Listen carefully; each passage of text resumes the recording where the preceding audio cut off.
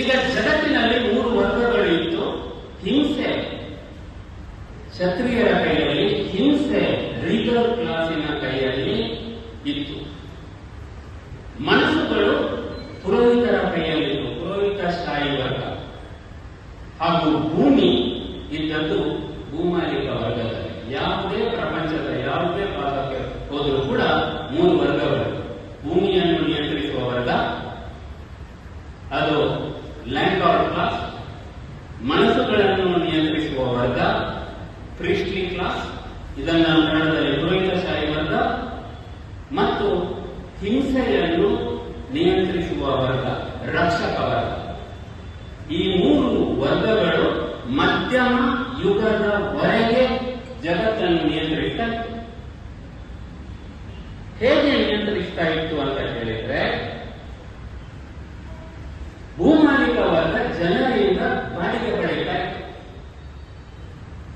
ಅರಸರ ವರ್ಗ ಭೂಮಾಲಿಕರಿಂದ ಬಾಡಿಗೆ ಪಡೆಯುತ್ತಾ ಇತ್ತು. ಪುರೋಹಿತಶಾಹಿ ವರ್ಗ ಜನರಿಂದ ಬಾಡಿಗೆ ಪಡೆಯುತ್ತಾ ಇತ್ತು. ಟ್ಯಾಕ್ಸಸ್, ತೆರಿಗೆಗಳು.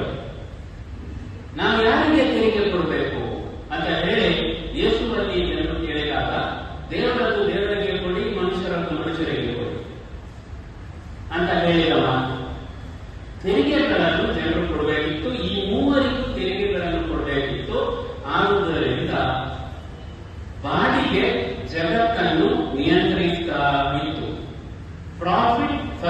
Rent was controlling the world.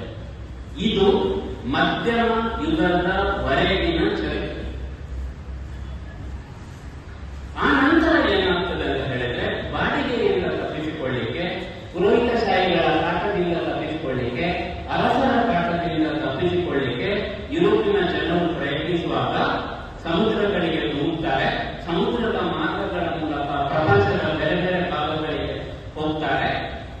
ಆಗ ಫಸ್ಟ್ ಟೈಮ್ ಪ್ರಪಂಚದ ಬೇರೆ ಕಡೆ ಲಾಭ ಮಾಡ್ತಾರೆ. ಲಾಭ ಮಾಡಿ ವಾಪಸ್ ಯುರೋಪಿಗೆ ಬರ್ತಾರೆ. ಆಧುನಿಕತೆ ಅಂತ ಹೇಳಿದ್ರೆ ಬಾಡಿಗೆಯನ್ನು ಲಾಭ ಸೋಲಿಸುವುದು. Profit defeating the rent. ಇದೇ ಆಧುನಿಕತೆ.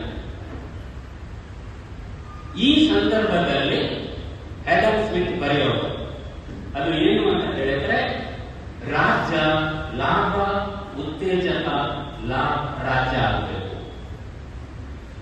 ಪ್ರಾಫಿಟ್ ಅನ್ನು ಬೆಂಬಲಿಸುವಂತಹ ರಾಜ್ಯ ಆಗಬೇಕು. ರಾಜ್ಯ ಬಾಡಿಗೆ ಪಡೆಯುವ ರಾಜ್ಯ ಆಗಬಾರದು. State should not be rent eating, state should be profit incentive. ಇದನ್ನೇ ನಾವು ಆಧುನಿಕತೆ ಅಂತ ಕರೆಯುತ್ತೇವೆ, ಮಾಡರ್ನಿಟಿ. ಈಗ ಏನಾಗ್ತದೆ ಅಂತ ಹೇಳಿದ್ರೆ, ಪ್ರಪಂಚದ ಬೇರೆ ಬೇರೆ ಭಾಗಗಳಿಗೆ ಯುರೋಪಿಯನ್ನರು ಹೋಗಿ ಪ್ರಪಂಚದ ಸಂಪನ್ಮೂಲಗಳನ್ನು ಶೋಧಿಸಿ ಅದರ ಮೂಲಕ ಯುರೋಪಿನಲ್ಲಿ ಅವರು ಶ್ರೀಮಂತರಾಗ್ತಾ ಹೋಗುವಾಗ ಏನಾಗ್ತದೆ ಅಂತ ಹೇಳಿದ್ರೆ, ಪುರೋಹಿತಶಾಹಿ ವರ್ಗ ಇದರಿಂದ ಫಸ್ಟ್ ಪೆಟ್ಟು ತಿಂತದೆ. ಲಾಭ ಮಾಡುವವರು ಅವರ ಲಾಭವನ್ನು ಹೆಚ್ಚಿಸುವುದಕ್ಕೋಸ್ಕರ ವಿಜ್ಞಾನ ಮತ್ತು ತಂತ್ರಜ್ಞಾನದ ಮೊರೆ ಹೋಗ್ತಾರೆ. Science and technology.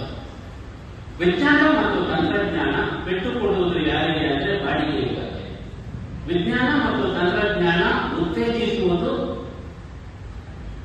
ಲಾಭ ಹುಡುಕುವವರ, ಪ್ರಾಫಿಟ್ ಸೀಕರ್ಸ್.